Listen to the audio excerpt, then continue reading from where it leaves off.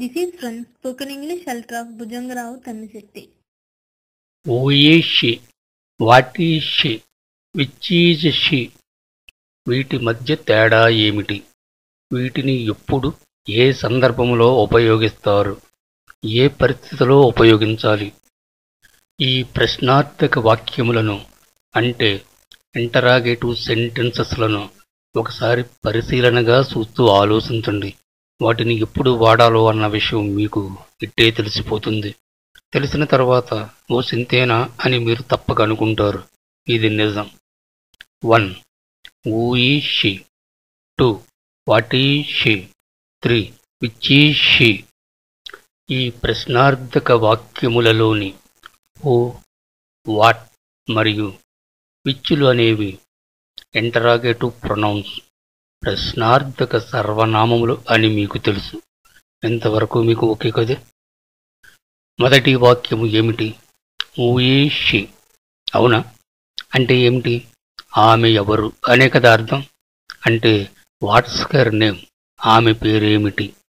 ఇంకా వివరంగా చెప్పాలంటే ఆమె ఎవరమ్మాయి, ఆమె పేరెంటేజ్, తల్లిదండ్రుల గురించి ఆరాగా అడగడమన్నమాట. ఎగ్జాంపుల్, ఉదాహరణ.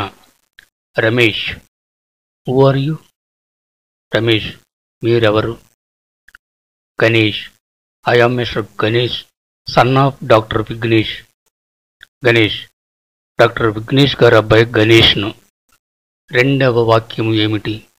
వాట్ ఈజ్ షీ అంటే ఆమె ఏమి చేస్తుంది? What's her employment or occupation అంటే ఆమె వృత్తి ఏమిటి? స్టూడెంటా, ఉద్యోగ, వ్యాపార, ఇలా ఆమె సోషల్ స్టేటస్ గురించి అడగడమన్నమాట. ఎగ్జాంపుల్, ఉదాహరణ. Teacher, what's your father? ఉపాధ్యాయుడు, మీ నాన్నగారు ఏమి చేస్తుంటారు? Student, is running a medical stores.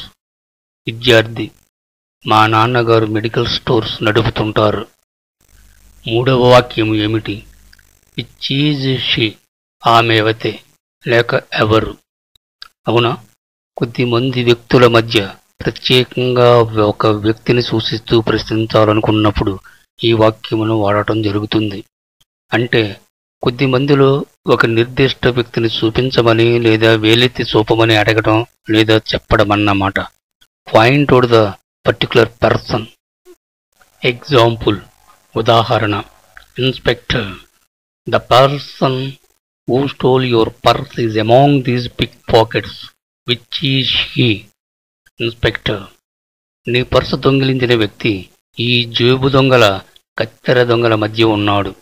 అతడెవడో శుభము అంటే వాళ్ళలో అతగాడిని గుర్తించమని చెప్పడమన్నమాట. విక్టిమ్, ఈ the person dressed in red. బాధిత వ్యక్తి, ఎరుపు దుస్తులు ధరించిన వ్యక్తి. There is one more thing to be seriously kept in mind. As long as you feel shy or get frustrated in speaking in English with your friends, you can't get any improvement in your spoken English skills. That's the genuine fact you never forget. Don't try to experience it. Finally, to say, whenever you focus on important and useful things to learn and to carry on your practice of speaking English, you won't go off the point in any situation in your spoken English mode. This means all I advise you and all you can do in this respect is practice of speaking, practice of listening, incessant practice of listening and speaking. Okay?